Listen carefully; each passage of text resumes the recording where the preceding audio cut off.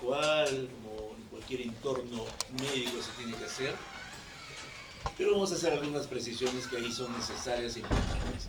Y vamos a ver también cómo son los sistemas clasificatorios, ¿ya? ¿Por qué? Porque a través de estos grandes sistemas clasificatorios es como nosotros vamos a finalmente llegar a un diagnóstico. Vamos a ver cómo, ¿ya?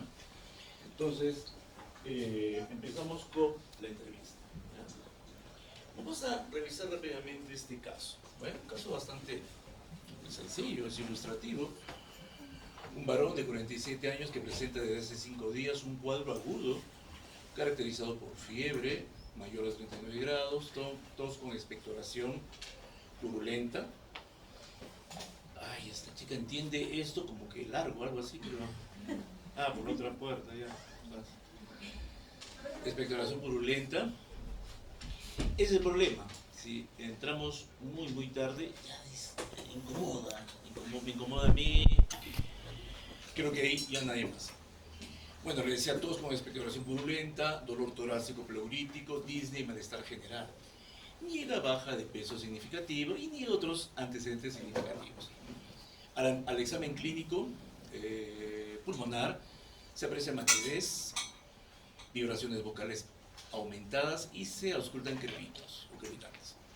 En el examen clínico general no se aprecian linfadenopatía. ¿Qué más? En la radiografía de tórax se observa una condensación de espacio aéreo, aumenta la densidad de bordes mal definidos que afectan 2 segmentos pulmonares y la presencia de un broncoprograma aéreo. Entonces, digamos que este es un pequeño resumen de un cuadro tan común seguramente como lo ven en muchos entornos, ¿no? Verán casos muy parecidos en el día a día. Entonces, así con esta información breve, resumida, ¿qué impresión diagnóstica podrían ustedes aventurar? Neumonía. Una neumonía, ¿no? Probablemente una neumonía, seguramente adquirir una comunidad, en fin, ¿sí? Obviamente no es una infección urinaria, ¿no? No es un, no sé, algún otro cuadro que sea parecido, más o menos nos orientamos a algo. Además de neumonía, ¿podría ser otra cosa? ¿Alguna otra idea de por ahí? Un derrame. ¿Perdón? Un derrame pleural. Ya, un derrame pleural secundario a...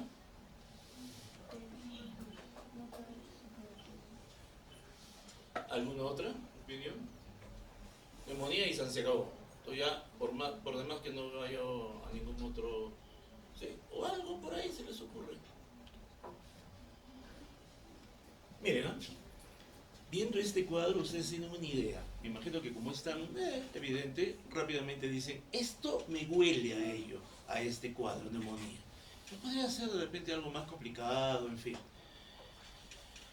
Una ITU, eso ya no, o sea, ni siquiera lo considera, ¿no?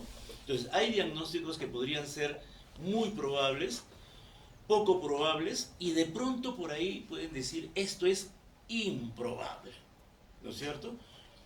La idea es de que, tal cual como en cualquier análisis, evaluación clínica, tenemos esa digamos, esquema de elaborar un diagnóstico. Vamos a ver este segundo caso. En realidad es parecido. Varón de 18 años, desde su infancia fue tímido y sufrió de bullying. Desde hace un año se aisló más, se molestaba con facilidad y se tornó muy desconfiado. Hace 6 meses descuidó su aseo personal, abandonó los estudios y se aisló de toda actividad productiva y social. Micción en el suelo y se embadurna la cara y la nariz con crema dental, según dice, para evitar contaminarse con gérmenes y respirar mejor. Agrede a su familia, a quienes acusa de haberle hecho brujería. Dice que oye demonios que lo insultan. También se hace cortes superficiales en los brazos, según dice, para extraer a los demonios de su cuerpo. Muy bien. ¿Qué cosa podría ser? Una esquizofrenia, ¿no es cierto? Podría ser, a ver, ¿qué otra cosa? ¿Alguna otra posibilidad? Un síndrome prefrontal, muy bien. Podría ser un cuadro orgánico cerebral. Perfecto, muy bien. ¿Qué otra cosa? Demencia, retardo mental. ¿Por qué no haber retardo mental? Ándense, porque ustedes todavía no han llevado psiquiatría. Por la edad, ¿por qué? Por ejemplo, ¿qué pasaría con la edad? Mucho más temprano, ¿no? Desde su fase fue tímido y sufrió bullying, pero recién hace un año comienza a mostrar esos cambios. Muy bien, como que está bastante alejado. Se dan cuenta que acá igual hay una precisión diagnóstica, una presunción que podría ser bastante cercana con la realidad. Hay alguna otra posibilidad que me parece excelente el tomarlo en cuenta, pero de pronto hay dos o tres probabilidades que ya son jaladas de los pelos. Muy poco probable o hasta improbable. Como bien dice el doctor, esto no, porque esta condición no la cumple. Y así vamos viendo. Pasa. Entonces, esa es la manera como nosotros vamos a tener que ir identificando casos para poder llegar a un diagnóstico. Sin embargo, toda esta información, ¿dónde la recogemos? En una... ¿Ah? En el laboratorio. No, en una entrevista clínica, en donde nosotros nos sentamos y vamos a preguntar qué es lo que pasa, qué siente, qué piensa, cómo actúa. Tenemos que escuchar, tenemos que mirar, tenemos que observar y también tenemos que recoger información colateral. ¿Qué más nos cuenta la mamá, la esposa, la familia, etcétera? Entonces, la entrevista clínica, les decía, obviamente es uno de los instrumentos más importantes en nuestro quehacer médico, ¿no es cierto? Es el principal instrumento en la práctica clínica. En el caso de la parte psiquiátrica, probablemente tiene mucha relevancia, probablemente un poquito más, no solo para obtener información diagnóstica, sino también como qué, incluso como ya intervención terapéutica. O sea, el sentarnos a escuchar a una persona doliente que nos cuente sus problemas y que permitamos darles espacio para que pueda contarnos lo que le está pasando, ya es terapéutico. ¿Eso en realidad solamente en psiquiatría? Imaginen que ustedes son cardiólogos o son neurólogos y alguien viene porque siente que, no sé, una punzada en el corazón, vamos a decir, un hincón en el pecho y van al cardiólogo. Yo me imagino que un paciente va a sentirse muy reconfortado si es que su cardiólogo le escucha con mucha atención, con dedicación. Entonces eso es válido para todos, ¿no? Muy bien, pero ¿qué implica esto que estoy diciendo? O sea, es algo que cada quien desarrolla por sus propios medios, sus habilidades personales,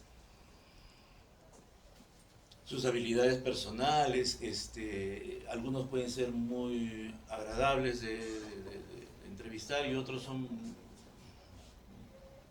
digamos, no saben cómo hacerlo. No, en realidad es algo que nosotros debemos ir construyendo. Y cuando hablamos de esta manera de poder abordar a una persona en general y a un paciente psiquiátrico, por supuesto en particular, estamos hablando de que debemos practicar la escucha empática y una escucha activa. ¿Qué significa activo? ¿Qué significa empático? Empecemos con empático. ¿Qué es empatía? Ponerme en el lugar del otro. Es una definición bastante común, conocida, muy utilizada, ¿no? Me pongo en el zapato de los demás. No lo juzgo. No digo, ay, ¿cómo va a estar pensando esas tonterías? Yo no lo pensaría. Claro, pues yo no, de repente. Pero esa persona en su historia de vida, en su contexto, probablemente sí lo piensa de esa otra manera. La escucha empática entonces es, digamos, esa capacidad de poner toda nuestra atención en el paciente. Carlos Alberto Seguí, un psiquiatra muy, digamos, importante en la historia de la psiquiatría de nuestro país, él hablaba del Eros. ¿Qué es Eros? Eros. A ver. Erótico, ¿qué significa? Eros, ¿alguna idea? Eros, amor. Y él hablaba del amor, el amor que se genera entre un médico, un doctor, una doctora, qué sé yo, y su paciente. Pero no sean mal pensados, ¿ah? No es un amor sexual, es lo que él llamaba el eros terapéutico, así como hay amor fraternal, amor filial, qué sé yo. Carlos Alberto Seguín hablaba de un eros terapéutico. Es un constructo muy importante que trabajó, pero esto me permite un poco explicarles cómo es este espectro o niveles, ¿no?, de la empatía. La empatía es ponerme en el lugar del otro, pero no significa que tenga lástima de la persona. Ay, pobrecito, ¿cómo le ha pasado esto? Un primer nivel, digamos, básico, es el reconocer el dolor de la persona. Sí, pues me doy cuenta que está sufriendo, y hasta ahí llego. Soy persona que está sufriendo, reconozco su dolor, pero no llego a más. No me involucro, tampoco me interesa saber por qué está sintiendo eso, y mucho menos no me interesa en este momento brindarle ninguna alternativa de solución o ayuda. La simpatía es que sí, entro en sintonía con él o con ella, con el paciente. Entonces, no solamente reconozco ese sufrimiento, ese malestar, ese dolor, sino que siento que me importa.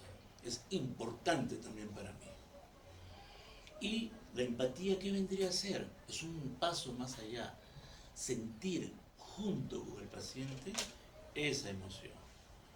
O sea, me conduelo con su dolor, siento su sufrimiento. Pero últimamente se está trabajando mucho en lo que es ir hacia el tema de la compasión.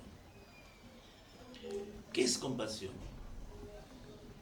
Me compadezco de ti. Oye, me compadezco de ti, te digo. ¿Tú cómo lo tomarías? No, ¿por qué me compadezco? ¿Yo qué he hecho? Pues no. O sea, ojo, que compadecer no significa experimentar lástima por alguien en sí, ¿no? Es no solamente reconocer y sentir el dolor, sino que tener la necesidad de ayudar. ¿Ya? Entonces, eso es lo que nosotros, en términos generales, como vocación de médicos, debemos construir, ¿no es cierto? Si yo atiendo a un paciente, a ver, es solamente porque quiero tener mis cupos de consulta llena y cobrar, obviamente, por ello. También hay un genuino deseo deseo de ayudar a esa persona. Y cuando siento que la ayudo, también me siento bien. Entonces, esa compasión es querer aliviar el dolor, y a eso me refiero mucho en el poder practicar esa escucha activa y empática, un compromiso completo y total. Definitivamente, esta escucha activa y empática no solamente va a permitir obtener información, por supuesto, estoy orejas ahí escuchando todo lo que el paciente me dice, observando todos sus gestos, todas sus manifestaciones, sino también que me permite generar un enganche terapéutico. Hago que ese paciente, así como yo estoy apostando por poder ayudarlo, que el paciente confíe en mí, que tenga fe en mí. Ojo que la integración terapéutica tiene mucho de fe, tiene mucho de fe. ¿Ah? Es decir, creo que usted me va a ayudar. Y esa creencia, ese nivel de creencia en un paciente, hace que el paciente se adhiera completamente. Pero si dice, no, ay, no sé, no, yo lo veo bien mala cara, mala gracia ahí. No creo que me vaya a ayudar. Desde ese momento ya el paciente no se va a enganchar en realidad en una intervención terapéutica, y va a ser muy poco probable, obviamente, que podamos ayudarlo o que se deje ayudar. La empatía es algo que se puede construir. O sea, no es que todos nazcamos empáticos. Algunos sí, de manera un poco más natural. Algunos no tenemos esa capacidad y esa habilidad. Entonces, ¿qué señales vamos a tener digamos, que me van a un poco orientar hacia que falta pues la empatía. Miren, qué importante. Ser crítico con los demás, ser crítico con las emociones. Muchas veces veo personal de salud, médicos, enfermeras, digo, un paciente de emergencia, no sé, se me ocurre una crisis suicida, por ejemplo. En los últimos tiempos, los servicios de emergencia tienen muy alta prevalencia de personas que llegan por crisis suicida. Y cada vez más en población joven, adolescente inclusive. Pero siempre, a veces, todavía se escucha en algunos entornos decir, ay, otra vez viene. ¿Qué? Pues esta persona no sabe lidiar con sus problemas. Seguro, pues que no le han enseñado cómo enfrentar. Ante cualquier cosita se desarma. Es probable que de repente por ahí sí pueda ser que no tenga habilidades este individuo para poder enfrentar las dificultades de la vida diaria. Es posible. Pero de ahí ser extremadamente crítico, descalificador e invalidante con el sufrimiento de los demás, si de pronto reconozco que soy muy crítico, algo de empatía me está faltando. ¿Ah? No ser capaz de regular ni controlar mis propias emociones, porque eso también es importante. ¿Qué tan capaz soy de poder autorregular mi angustia, mi ansiedad, mi ira? Porque también hay situaciones que me hacen enfadar. Pero ¿qué tan capaz soy de aprender a autocontrolarlo, autorregularlo? Eso tiene que ver mucho con ser poco consciente de los sentimientos propios y de los sentimientos de los demás. Y por supuesto culpar y acusar a otros de ser demasiado débiles o sensibles, ¿no? Es que eres demasiado sensible, el problema eres tú, ¿no? Entonces vamos dándonos cuenta entonces de que si pescamos que a veces solemos usar esas frases con demasiada frecuencia, probablemente la empatía es algo que debemos tratar de mejorar. ¿Cómo practicar la empatía? En principio ser empático conmigo mismo, con uno mismo. Y eso implica el que me dé cuenta de mis propias emociones, el ser capaz de reconocer cuando estoy molesto. ¿Estás molesto? No. No. Está recontra enfadado, ¿no? Eso que te ha pasado, eso que ha sucedido en el servicio, o eso que te ha dicho el paciente, ¿te ha lastimado? Claro que no. No es para lastimar eso. Pero de verdad, probablemente se ha sentido lastimado. ¿Y qué problema hay decir, sí, eso me ha dolido? Implica también mostrar compasión por uno mismo, pero ojo, ya explica, y compasión no significa, ay, pobrecito de mí, mi vida no tiene sentido. No, sino decir, estoy sintiendo esta dificultad, ¿qué puedo hacer yo mismo para ayudarme? Ojo que la compasión avanza hacia intentar desplegar todos los recursos para poder superar esa situación. Escuchar y prestar toda la atención, eso es importante. Cuando estamos con un paciente, tratemos de, en esos breves minutos, o media hora, o 15 minutos, dependiendo de la disponibilidad, escuchar al paciente con toda nuestra atención y por supuesto responder a los sentimientos también y no solo las palabras, ¿no? Hace un momento le decía, ¿y cómo estás? Sí, me siento bien. Ah, ya. Y dice que se siente bien. Pero a veces el lenguaje no verbal es mucho más rico y nos dice muchas más cosas que el lenguaje verbal, ¿no? Muy bien. Ahora, entonces, un elemento clave entonces en una entrevista, haciendo un resumen, es la escucha activa y empática. Sabemos a qué nos referimos con esta, digamos, escalada de la empatía y cuáles serían esas características que deberíamos trabajar. ¿Cuál es el objetivo también entonces de una entrevista clínica? De hecho, primero es algo importantísimo, hacer ese enganche, conseguir que el paciente enganche con uno, establecer una alianza terapéutica. No hay receta de cocina. No hay algo que diga, miren, ustedes tienen que ser de esta manera. Tienen que ser bien regiloncitos, mostrar una risa amplia, decirle al paciente, mamachita, ¿cómo estás? Cada uno tiene su estilo, porque no hay receta de cocina. Pero lo que es importante es que uno, con estas digamos, consideraciones, ser auténtico con uno mismo.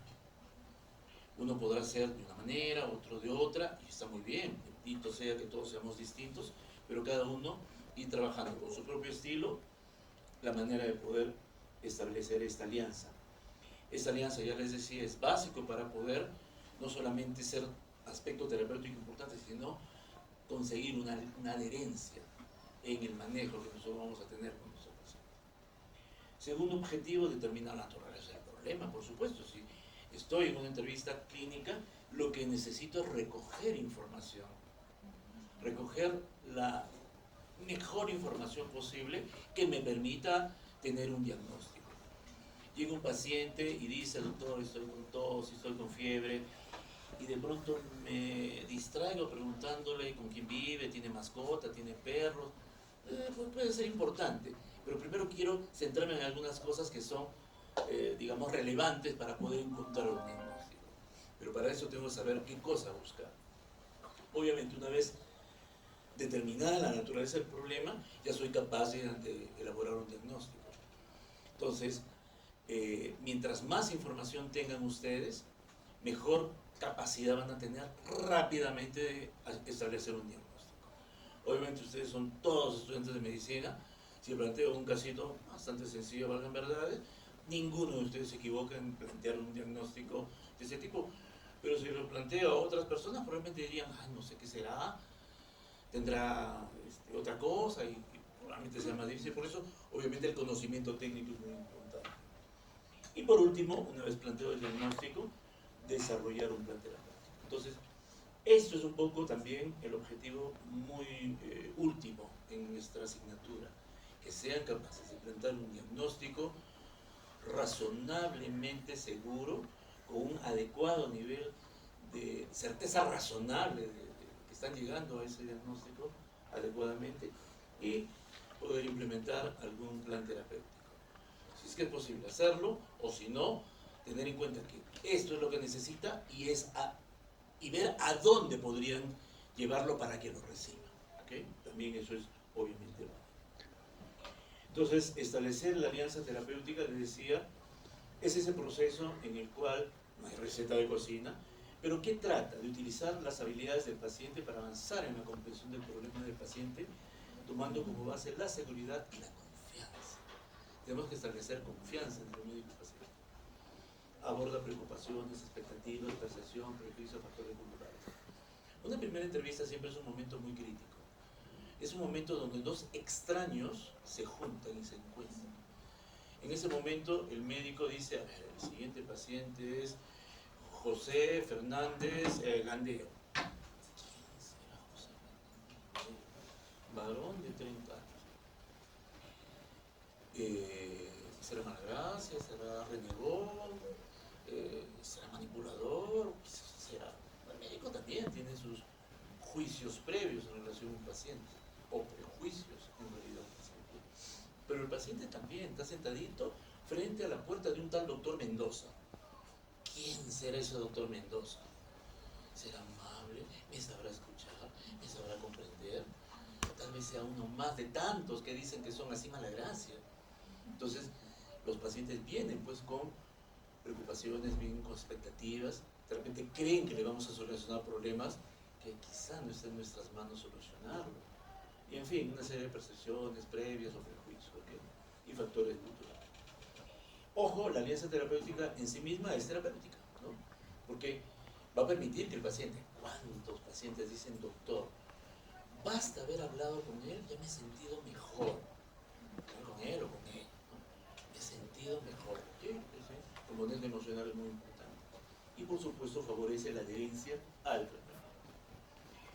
Tomar en cuenta siempre estos aspectos de transferencia y contratransferencia que se pueden dar en una interacción, en una entrevista.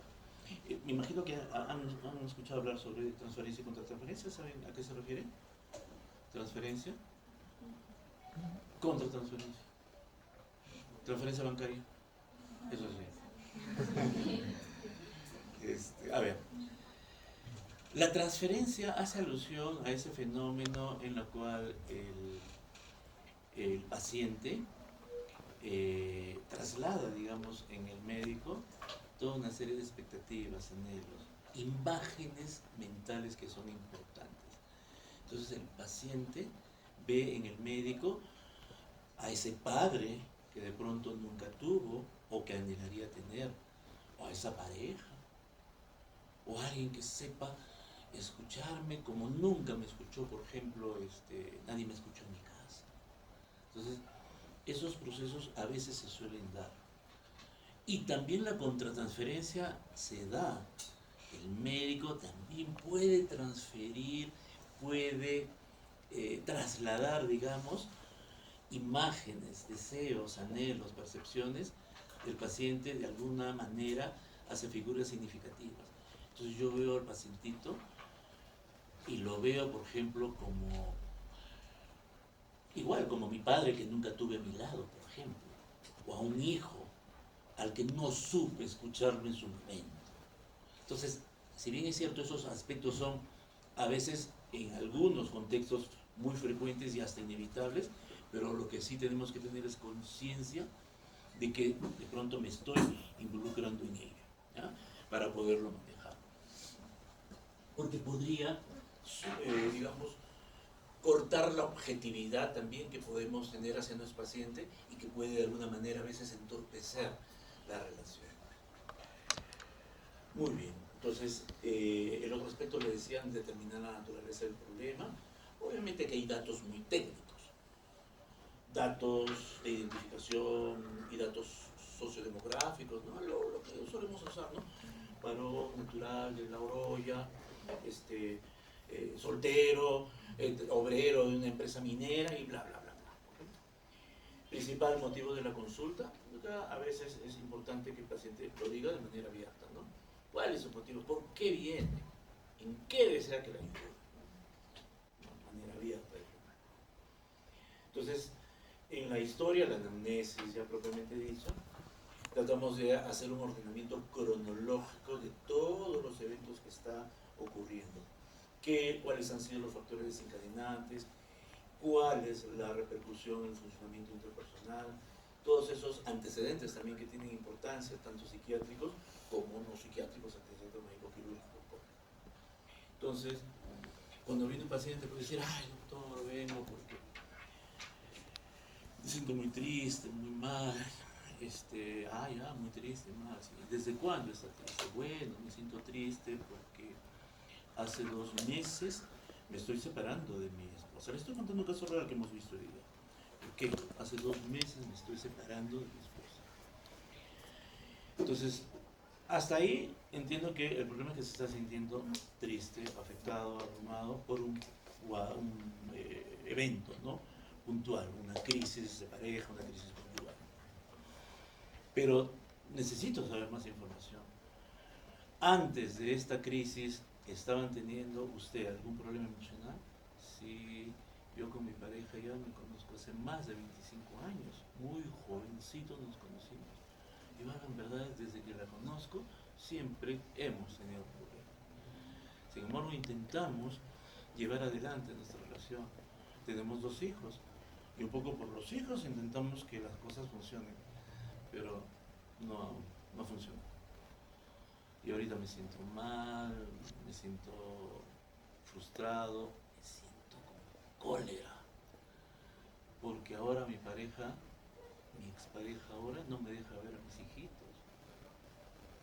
Entonces digo, esta persona además me está haciendo daño. Es una mezcla de cosas en la cabeza. Entonces nos importa mucho identificar factores desencadenantes, factores predisponentes. Por ejemplo, me interesa preguntarle, ¿y cómo es usted? ¿Cómo es su personalidad? ¿Cómo es su manera normal de ser cuando tiene algún problema? Bueno, yo siempre he sido bien renegón. Cada vez que algo no me sale como yo quiero, exploto. Entonces me permite entender cómo es su personalidad y entender mejor por qué, frente a una situación de crisis, desencadena un brote afectivo importante. Pero además es importante manejarlo y tratar de ordenarlo de manera cronológica. Hace 2 meses, separación de pareja. Hace 6 años, que sería un problema de infidelidad hace 25 años, bla, bla, bla, bla, y etcétera, ¿no? Para tener un orden de cómo ha ido presentándose digamos, el evento. Es lo que nosotros le llamamos construir la psicobiografía. Es un término que en salud mental se suele utilizar con bastante frecuencia. Psicobiografía, porque esa es la biografía, ¿no? Pero de la vida emocional, psíquica, de alguna manera. ¿Y qué más? También es importante auscultar pulmones, abdomen, la parte neurológica, sí, todo eso es importante. Pero en el caso nuestro, ya en el tema de psiquiatría y salud mental, un aspecto tan relevante como el aspecto físico es obviamente la exploración del estado mental. Y ahí estamos hablando de evaluación psicopatológica. Si me interesa ver cómo está el corazón, cómo están los pulmones, con mi estetoscopio, con qué sé yo, palpación, percusión y todo lo demás, en el caso nuestro lo que yo necesito es observar las funciones mentales. Entonces me interesa evaluar cómo está su conciencia, el nivel de conciencia, cómo está el contenido y el curso de sus pensamientos. Me interesa ver cuál es la calidad de su percepción. Me interesa ver cómo está su afectividad. Me interesa ver cómo es su psicomotricidad, su memoria, su atención. Todo esto que les estoy mencionando son funciones mentales. Y eso lo vamos a ver la próxima semana. La subsiguiente semana, porque la siguiente semana es la próxima clase. Ahora, como en cualquier entrevista médica, pues, para que nosotros podamos tener ese espacio de entrevista lo más productiva, obviamente necesitamos algunas condiciones, ¿no? Un ambiente, por ejemplo, que garantice tranquilidad, comodidad, privacidad al momento de coger la entrevista. Solemos decir que en una entrevista psiquiátrica la privacidad, el entorno que garantice privacidad es muy importante. A ver, pero no es exclusivo, ¿no? Se me ocurre que yo soy, no sé, a ver, cardiólogo, es importante que haya privacidad para poder evaluar, examinar a un paciente. Pero soy ginecólogo, no, la privacidad no es tan importante. Pero por supuesto que es importante, yo puedo decir más todavía, ¿no? Podría ser, ¿no?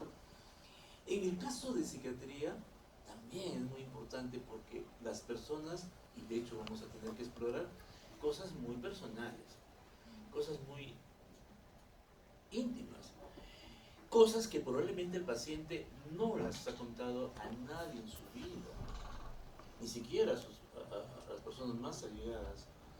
Entonces, tenemos que ser muy éticos, por supuesto, en ese sentido, pero permitir también que las condiciones permitan que el paciente pueda contarme todo lo que está sufriendo, lo que está pasando, lo que está viviendo, las experiencias que ha pasado, en un entorno lo más cómodo, confortable y con la privacidad correspondiente. También que garantice la seguridad para el paciente y para el entrevistador.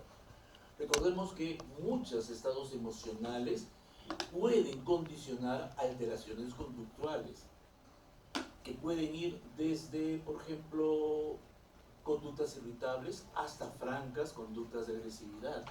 Entonces también tenemos que considerar ello. Bueno, explorar siempre las emociones y siempre responder empáticamente a ello. Analizar el nivel de comprensión y de conciencia en el caso del paciente. El mostrarse experto. Cuando nosotros hacemos las preguntas, hacemos preguntas que tienen relevancia para poder recoger una información. Yo recuerdo cuando hace 500 años, cuando estaba en formación del residentado de psiquiatría, presentábamos casos clínicos. Entonces preguntaba, señor, cuénteme qué pasó. Pasaba una hora y no tenía ni idea de qué cosa tenía el paciente. Porque preguntaba cosas que, según yo, eran importantes, pero que no contribuían en nada a poder recoger el dato no importante diagnóstico. Entonces ahí venía el asesor, pues, ¿no? El médico asistente. En 5 minutos recogía todo lo que quería. O sea, en realidad teniendo los conocimientos de saber qué cosa es lo que quiero buscar, sabemos qué preguntar. Entonces, eso es importante que podamos entonces tener en nuestra formación los conocimientos de qué cosa es la que debemos preguntar. Si yo estoy viendo que el paciente viene por un cuadro de miedo y preocupación intensa, entonces lo que me interesa preguntarle es, obviamente, cómo es ese miedo, cómo es esa ansiedad, desde cuándo la tiene. Además, preguntarle si hay alteraciones del sueño, del apetito, de la actividad psicomotora, si esto conlleva o no una interferencia en el funcionamiento interpersonal en otros aspectos, preguntarle si hay ideación autolesiva, ideación suicida, cosas de ese tipo, para poder orientarme. Porque si no me paso 3 días enteros y no termino nunca. Entonces, preguntas adecuadas que nos den la información que sea necesaria para que nosotros podamos recoger. Obviamente eso es con la experiencia, ¿no? Establecer autoridad, explicitar la responsabilidad y el compromiso del paciente, también eso es importante, ¿eh? Porque para que un paciente entre en un nivel de recuperación, de respuesta terapéutica, no solamente es la intervención del médico, es también cómo el paciente es capaz de poder conducir su propia recuperación. Entonces no es que nosotros vamos a... O sea, él, ay, cúreme y usted verá cómo me cura. Es un trabajo que ambos vamos a tener que trabajar, importante, explicarle qué cosas son necesarias que él haga, por ejemplo, para poder contribuir a su recuperación. Una vez más, adaptación del rol entrevistador, en una escucha empática, actitud experta, mostrarse con autoridad, competencia y compromiso para ayudar. También es importante analizar el rol del paciente. El paciente, por ejemplo, que espera una atención experta y adecuada de su enfermera, ¿no? Entonces, doctor, vengo porque yo he venido acá porque yo sé que usted es el que mejor conoce estos problemas y quiero que usted me explique por qué estoy teniendo todas esas cosas. Sí, sí, es válido, por supuesto, ¿no? Pero también podría ser el sufridor que espera una implicancia emocional adecuada. Ojo, cuando hablamos de un paciente que viene a la consulta y que debemos mostrar una empatía y que esta empatía debe ir hasta el nivel de compasión, no significa que me deje manipular. El paciente puede venir con expectativas y asumir un rol de víctima o de repente un rol de descalificador ante la presencia del médico.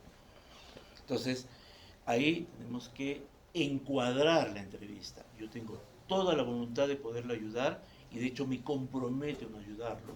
Comprendo el sufrimiento de la persona, pero esta persona lo único que hace es decir, si usted no me ayuda, nadie en el mundo me va a poder ayudar. Ayúdeme, por favor, ayúdeme. Y grita y se desmaya, sí. Entonces yo digo, hay que ayudarlo, pobrecito. ¿Qué hago? ¿Me lo llevo a mi casa? No, ¿no es cierto?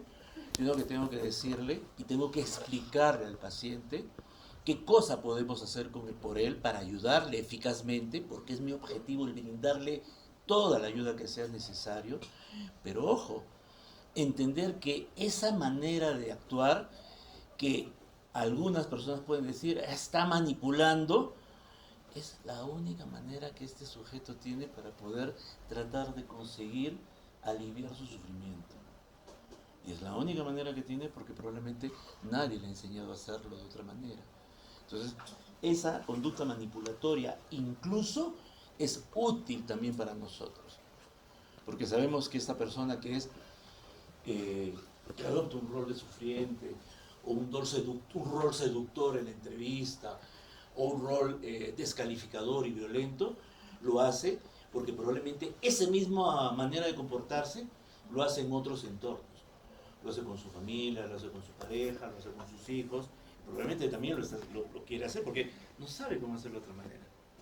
No sabe cómo hacerlo. Por eso es de que nosotros decimos, es un manipulador, mañosa, no hay que hacerle caso.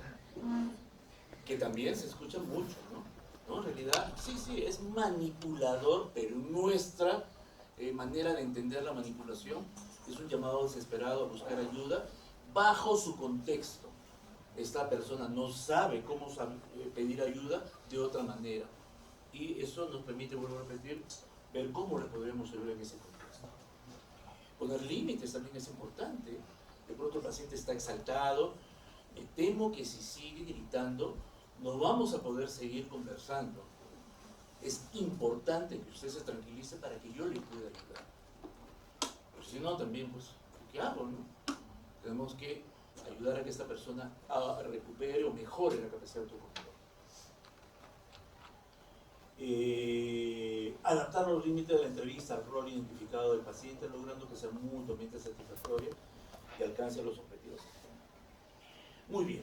Algunos mensajes que son muy comunes y que ayudan a que la entrevista, digamos, fluya de manera bastante más relativamente fácil, ¿no? Por ejemplo, los llamados mensajes facilitadores. Preguntas abiertas. Hábleme acerca de ese problema que está teniendo con su pareja. Cuénteme qué ha pasado. Y me cuenta, bueno, doctor, con mi pareja nos hemos estado llevando de esa manera, así, así, han habido problemas, infidelidades no han habido, pero es la familia de ella la que se mete y ya me comienza a hablar de cosas, ¿no?, que son importantes y relevantes. Entonces, las preguntas abiertas son importantes. Pero así como las preguntas abiertas son importantes, no significa que habla, ya pasó 49 minutos, 70 minutos, 3 horas y sigue hablando y yo, aquí el doctor me ha dicho que debo dejarle hablar. Tenemos también que reorientar la entrevista porque obviamente tenemos que conducirla. Ojo que el rol del entrevistador siempre es la del experto y el que conduce la entrevista. El que conduce la entrevista no es el paciente. Entonces tenemos que ver ese tema de orientación. Excelente.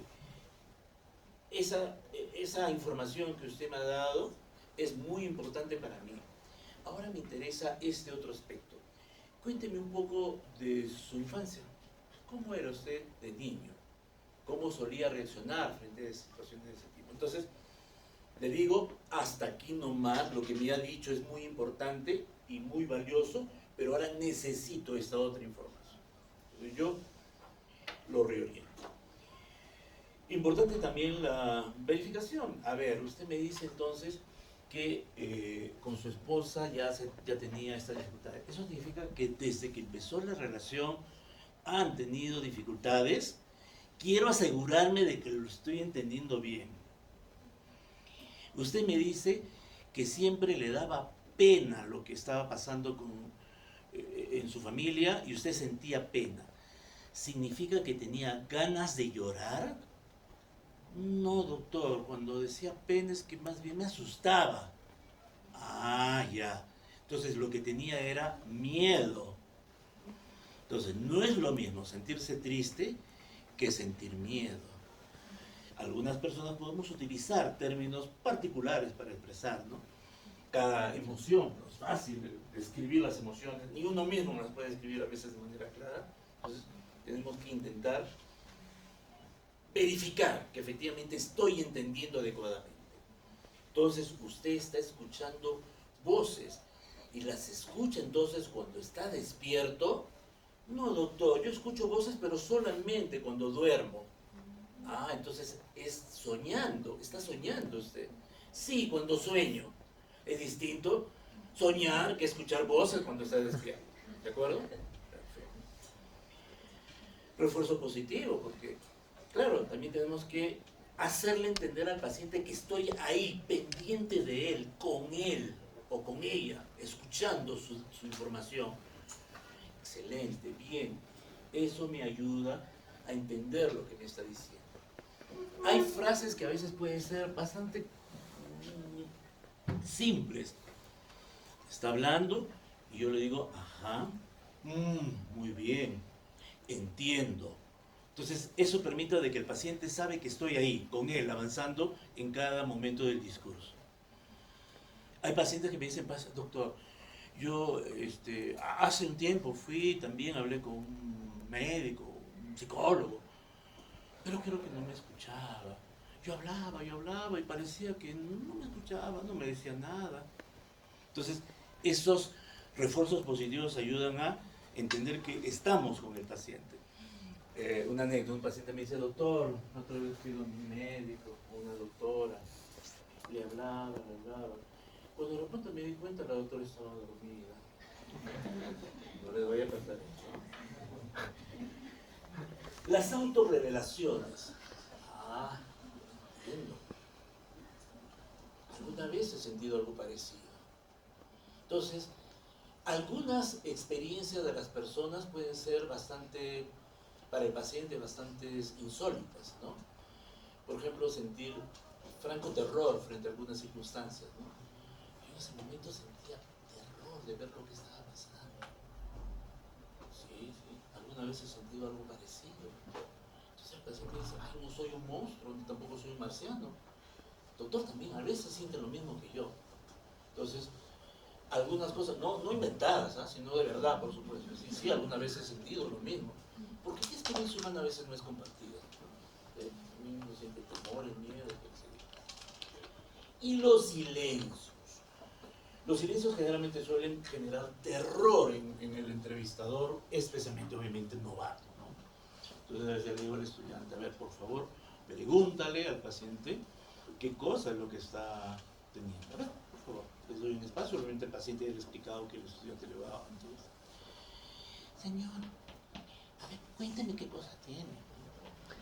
El paciente le dice, no, sí, señorita, estoy así, esto. El paciente se queda callado. Sus ojitos de terror del estudiante. No habla, ¿qué más? ¿No? En general, no hay que tener miedo a los silencios. Los silencios se pueden dar, son momentos a veces de reflexión del mismo paciente, y es bueno, en determinado momento, ayuda a que el paciente está contando, y de pronto hasta llega, y él necesita un espacio de pausa para poder ordenar sus ideas, y también la pausa que la necesita el entrevistador para poder ordenar toda la información que está teniendo. Obviamente, en breves minutos, exagerando, rápidamente reorientamos la entrevista. Porque tampoco no se va a quedar callado hasta que pase demasiado tiempo, pero sabemos respetar breves momentos de silencio sin entrar en gran pánico. Entonces, el silencio también nos puede dar información importante. ¿Qué mensajes más bien son negativos, obstaculizadores? Las preguntas consecutivas. A ver, cuénteme desde cuándo se siente así. Y cuénteme además cómo se llevaba con su mamá y también cómo le va en el trabajo. O sea, no le permito ordenar. Yo tengo que preguntarle cosa por cosa, de manera pautada y pausada, de tal modo que el paciente lo entienda, ¿no? Preguntas despectivas o críticas negativas. ¿No me va a decir usted que luego de todo lo que le ha hecho ha vuelto a buscarla? O expresiones como esta, ¿no? ¿Cómo es posible? Expresiones, por ejemplo, y al hacer eso, ¿no te has puesto a pensar en tus padres? Todo lo que están sufriendo, mira lo que has hecho. O sea, son expresiones bastante comunes que a veces los vemos, los escuchamos, ¿no? Pero eso no ayuda, ¿de acuerdo? No ayuda. Consejos prematuros. Hija, yo te aconsejo que termines de una vez, ¿ah? Esto no va para más. No, pues, yo apenas soy un individuo que estoy aprendiendo a conocer por un relato de alguien su historia de vida. ¿Y qué autoridad tengo para decirle qué hacer o qué hacer? Ojo, una bandera roja en cualquier intervención terapéutica es cuando alguien dice cosas de ese tipo, ¿no? Consejos. Tienes que terminar, ahorita mismo. En realidad, ningún buen terapeuta va a decir frases de ese tipo. Por varias razones, la que hace un momento les mencionaba, ¿no? Para poder tomar una decisión uno tiene que tener una información muy rica sobre la experiencia de vida de una persona, y eso no se consigue en los minutos que uno tiene en una entrevista por un lado. Pero por otro lado, la capacidad de tomar decisiones de un individuo solamente son las del individuo. Él tiene la autonomía y el poder de tomar su decisión. Yo jamás le voy a decir qué hacer. No me corresponde hacerlo. Yo le puedo ayudar a clarificar sus ideas, a clarificar algunas confusiones que puede tener, pero tu decisión siempre va a ser tuya. Doctor, dígame qué hago. ¿Lo perdono? Dígame, por favor. ¿Qué le voy a decir? No puedo ni con mi vida, no voy a poder con la de otros. Entonces, no. Hay que ser muy cauto. Y por eso les digo, ningún terapeuta, digamos, responsable va a decir cosas de ese tipo. Esa autonomía del paciente siempre es del paciente, ¿no? Él es el que asume su responsabilidad en ese sentido. Asume sus responsabilidades de las decisiones acertadas, como la de sus decisiones desacertadas también, ¿no? Porque siempre es así. Mensajes no verbales de disconfort. Entonces estoy hablando.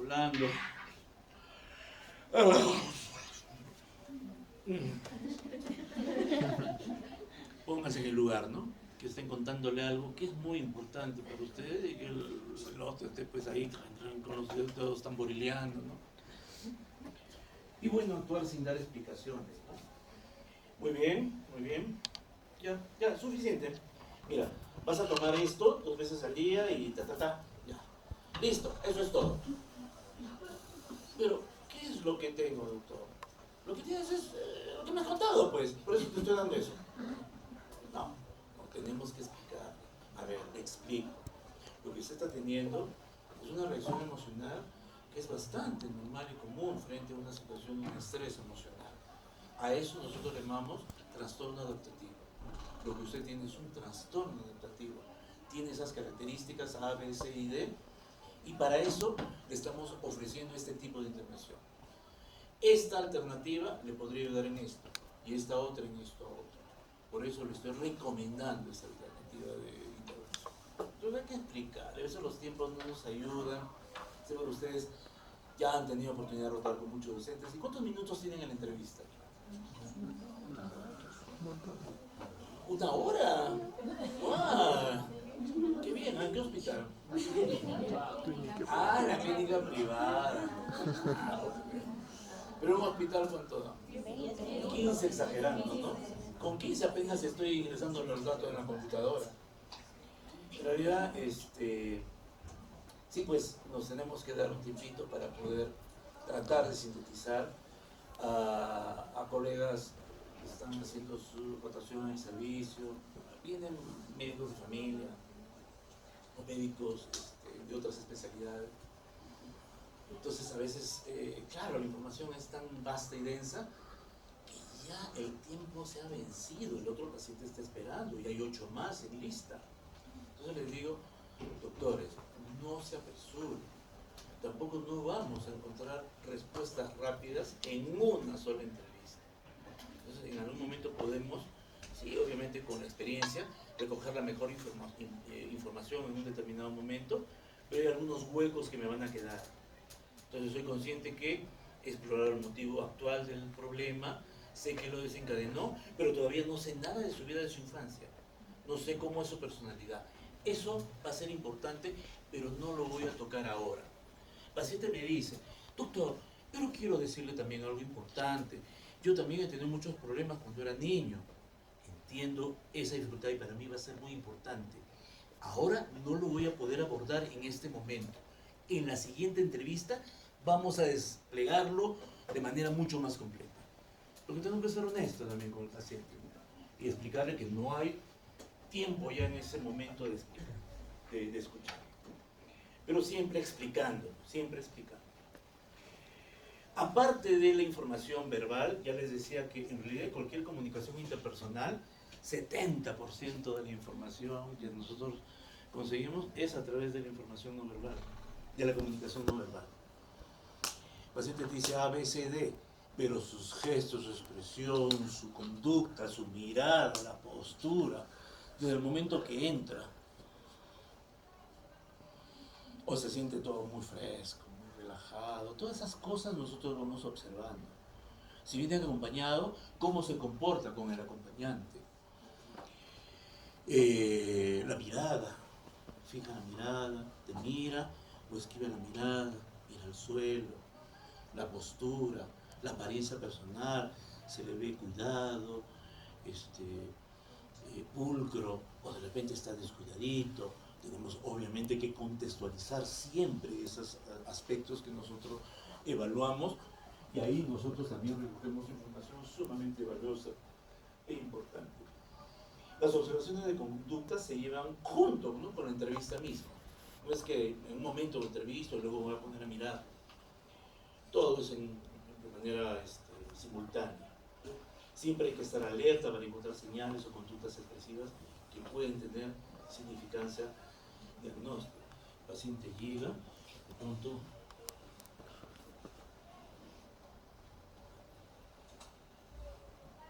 entonces, ¿por qué hace esto? ¿Está escuchando algo en este momento? Sí, sí.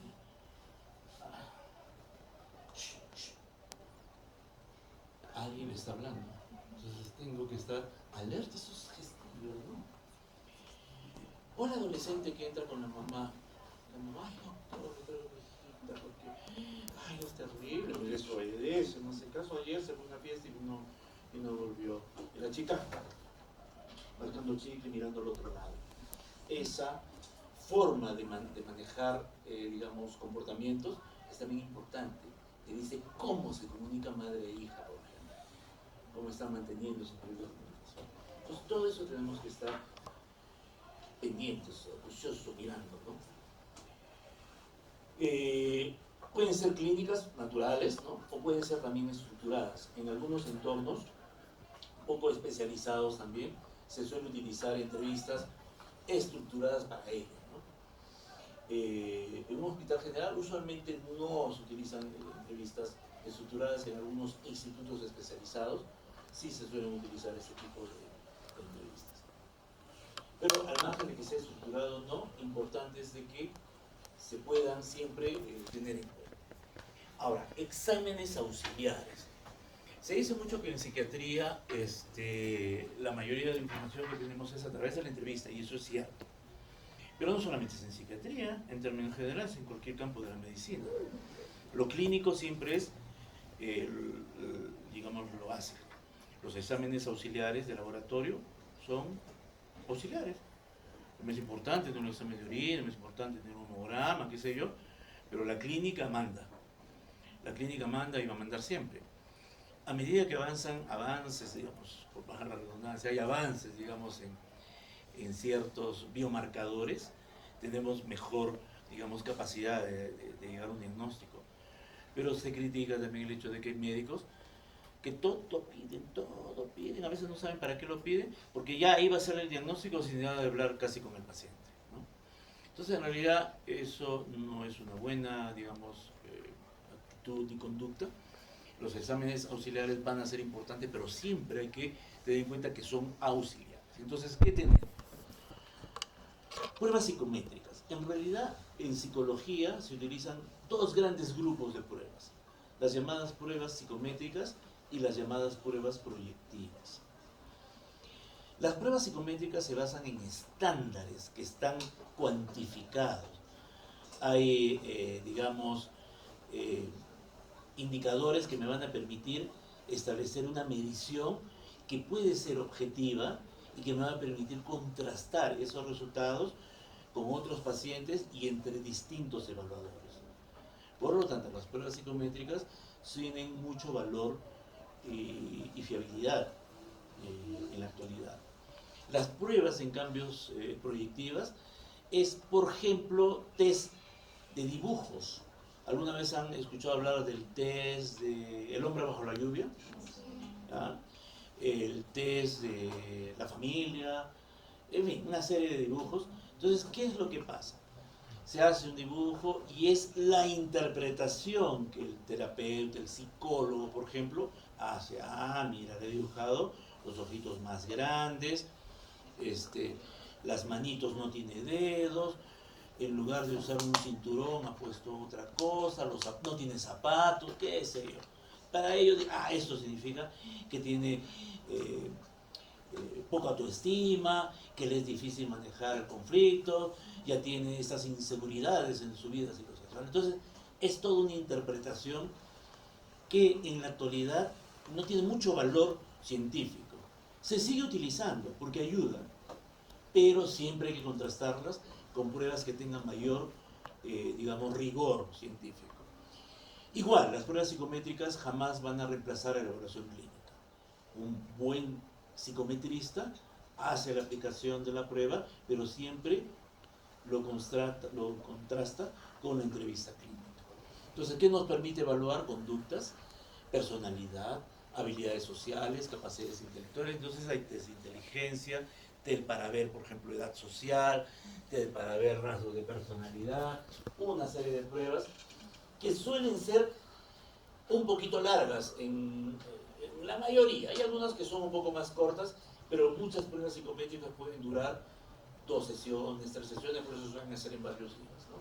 Entonces, cuando se necesitan pruebas de este tipo, usualmente en una consulta médica, psiquiátrica, lo que se puede hacer es derivarlo para que se le apliquen las pruebas y luego que vengan con los resultados. Igual sucede con pruebas de laboratorio, las pruebas neurológicas, etcétera, siempre van a ser importantes, necesarias. Usualmente digamos, en la actualidad, principalmente para descartar alguna condición. Ese pacientito que presentamos hace un momento, decían ustedes que podría ser una esquizofrenia, ¿no? Pero por ahí alguien planteó un diagnóstico alternativo. ¿Cuál era? Un síndrome prefrontal. Podría haber de repente algún trastorno orgánico cerebral. ¿Qué tal si lo que tiene es un tumor cerebral, una malformación congénita, arteriovenosa, qué sé yo? Entonces, también puede producir síntomas psicóticos. Pero para eso me sirven estos exámenes. Perfecto. Entonces, con esto estoy descartando que no haya un tema orgánico. Muy bien. El orden en el que se realiza la entrevista está determinado por el paciente, el tipo de paciente y el propio desarrollo. Debe ser lo más sistemático y exhaustivo posible. Y mediante la evaluación se trata de identificar signos y síntomas. ¿Para qué? Les decía, para poder llegar entonces a un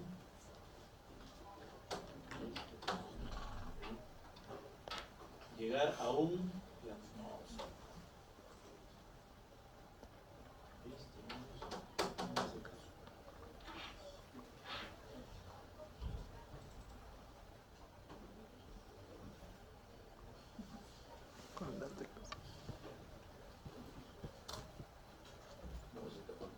Entonces, ¿qué implica llegar a un diagnóstico? Una vez que hemos recogido la mejor información posible, lo contrastamos con criterios diagnósticos que ya están establecidos. Entonces, para eso utilizamos 2 grandes sistemas clasificatorios que lo vamos a ver en un minuto. Y en función a ello, nosotros ya podemos establecer una presunción de diagnóstico. Es decir, señor, lo que usted tiene es esquizofrenia, o tiene un trastorno afectivo, o tiene un trastorno bipolar, como se ve a ese pacientito que está tirado. Bueno, me parece que vamos a tener que reiniciar, ¿no?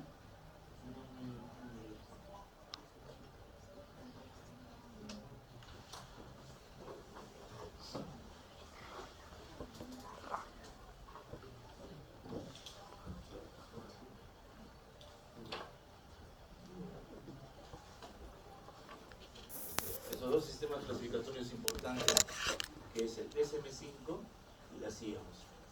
Y en función a ello, digamos, pues, a un diagnóstico, ¿no? Para eso tenemos que haber recogido la mejor y más información, descartar comorbilidades, algunos datos importantes, ¿no? Estresores, medicación previa, importante el nivel de funcionamiento, es decir, qué tanto le está afectando en el momento actual.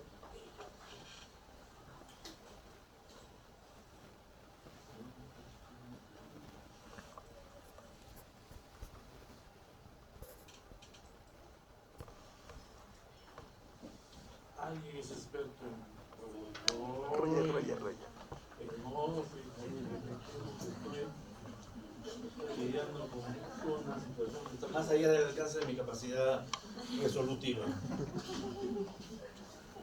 A ver, el doctor va a solucionar estos problemas. Uno, que es la clasificación internacional de enfermedades, que está, digamos, auspiciada por la Organización Mundial de la Salud. Después de la Segunda Guerra Mundial se comienza a utilizar este sistema clasificatorio. Y el otro sistema clasificatorio importantísimo a nivel mundial es el Manual Diagnóstico y Terapéutico de la Asociación Psiquiátrica Americana. Entonces, estos dos sistemas clasificatorios son los que nosotros utilizamos en la actualidad. ¿En qué consiste? Tiene, digamos, lo que nosotros llamamos criterios diagnósticos. ¿Qué significa? Que para que yo pueda decir que este paciente tiene, por ejemplo, un diagnóstico de un trastorno depresivo mayor, tiene que tener determinada cantidad de síntomas. Y estos síntomas tienen que incluir un grupo de síntomas que son absolutamente importantes, que sí o sí se tienen que considerar, que si no existen, no podemos decir que esto es trastorno de ansiedad, trastorno de depresivo mayor. Por ejemplo, tiene que tener ánimo depresivo y tiene que tener anedonia. Además, puede tener trastornos en la memoria, en la atención, en la concentración, alteraciones en el peso, etc.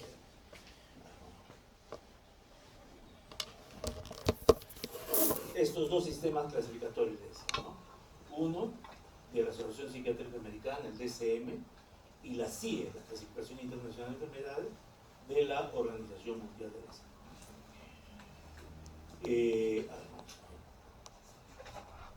Entonces, esta clasificación es descriptiva, no es explicativa, no te dice por qué se puede producir tal o cual enfermedad, solamente me dice, debe tener estos síntomas o estos signos para que esta enfermedad se dé. Cualquiera de los dos sistemas clasificatorios tienen, digamos, criterios bastante semejantes, muy parecidos, de tal modo que pueden ser perfectamente intercambiables. Por ejemplo, estos son los criterios de inclusión de la esquizofrenia. Por ejemplo, tiene que tener los siguientes síntomas que deben estar presentes la mayoría del tiempo por un periodo de un mes o más.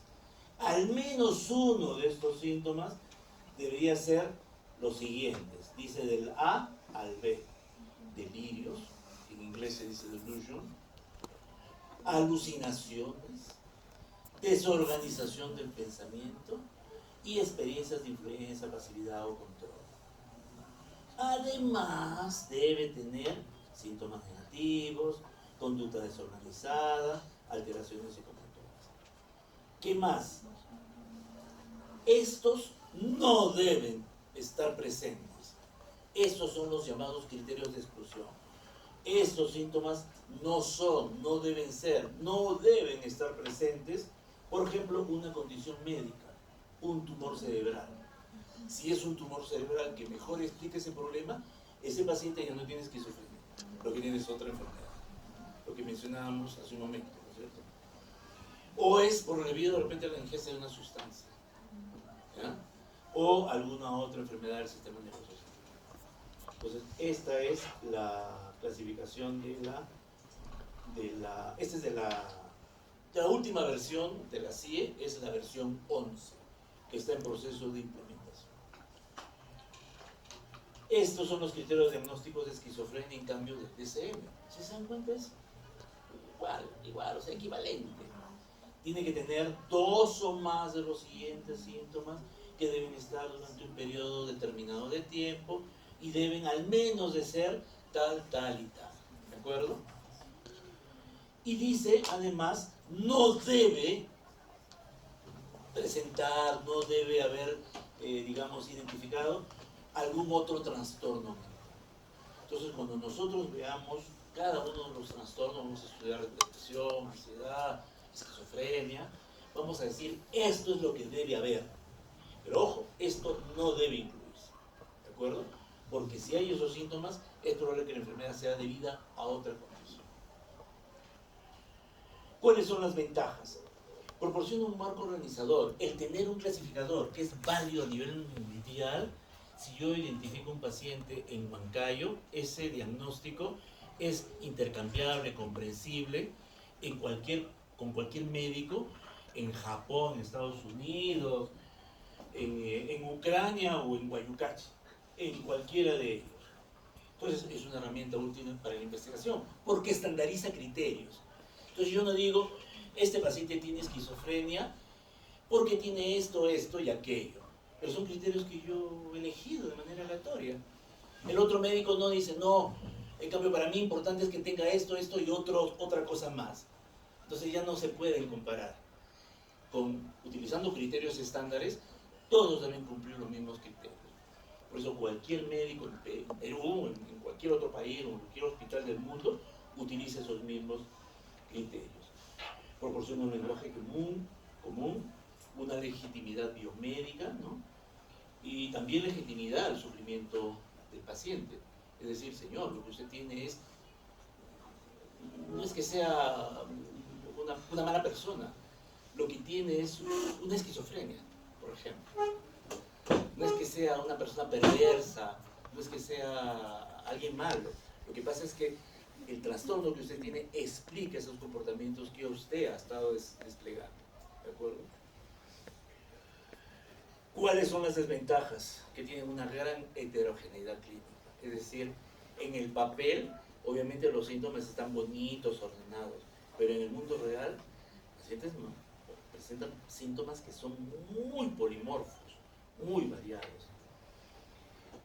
Por lo tanto, a veces ocurre pues diagnósticos comórbidos con demasiada frecuencia, baja la especificidad del tratamiento y gran variabilidad de la respuesta también del tratamiento que se indica. ¿Cuáles son las alternativas en el momento actual? Lo que le llamamos el enfoque transdiagnóstico y multidimensional. Entonces se habla en el momento actual de la llamada psiquiatría de precisión. Lo que busca es una aproximación transdiagnóstica, es decir, no solo basada en enfoques biomédicos, sino que traspasen más de ello, y esto además a través del uso de herramientas actuales, ¿no? Big Data, inteligencia artificial y todo ello. Permitiría utilizar subtipos clínicamente relevantes, predecir el curso individual de cada persona, no de un grupo de personas, sino de cada individuo de manera particular, y seleccionar tratamientos mucho más eficaces en ese sentido. Y estas son algunas de las propuestas que todavía no están utilizadas de manera general. Nos basamos en los dos grandes sistemas clasificatorios, pero probablemente cuando ustedes sean médicos, muchos de estos sistemas van a estar ya en uso.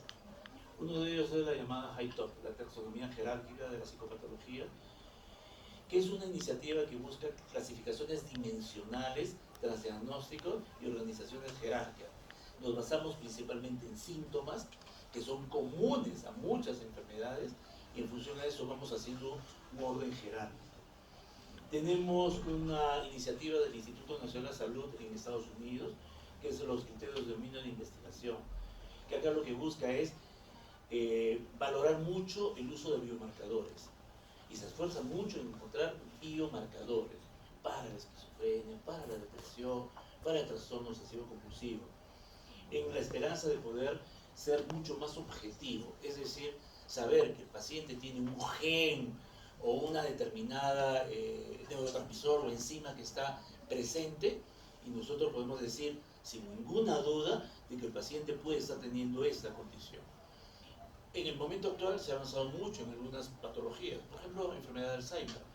Entonces, hay biomarcadores claramente especificados, identificados, pero en verdad todavía está muy lejos en otras patologías. Todavía es demasiado inconsistente. El análisis de redes cada vez se está trabajando más, pero todavía está en pañales, pero es mapear una serie de, digamos, síntomas clínicos con el auxilio de ordenadores y Big Data, tratar de encontrar, digamos, aspectos clínicos individuales para cada paciente. Y por supuesto las investigaciones que hay en genética, neuroimagen, biomarcadores. Hay que recordar que el genoma humano, por ejemplo, ya ha sido identificado. Entonces se trata de ver qué gen está involucrado en determinada enfermedad.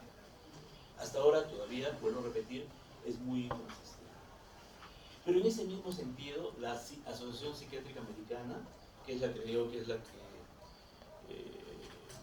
sostiene el DSM, que es un sistema de clasificación, para este año, recién, en enero de este año, 2026, ha planteado de que el sistema clasificatorio lo va a tener que modificar, ese que les he mencionado hace un instante, incluso cambiarle de nombre, de llamarle a trastorno o manual de trastorno mental diagnóstico y estadístico, se llamaría manual diagnóstico y científico, de la manera de llamarlo, ¿no?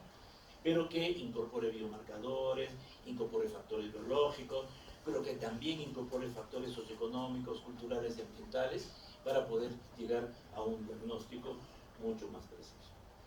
Pero por el momento vamos a quedarnos entonces en los dos grandes sistemas clasificatorios. Muy bien, entonces vamos a obviar esto porque ahora que nos hemos pasado un poquito de tiempo. ¿Ya? Y no sé si tienen alguna pregunta, por favor.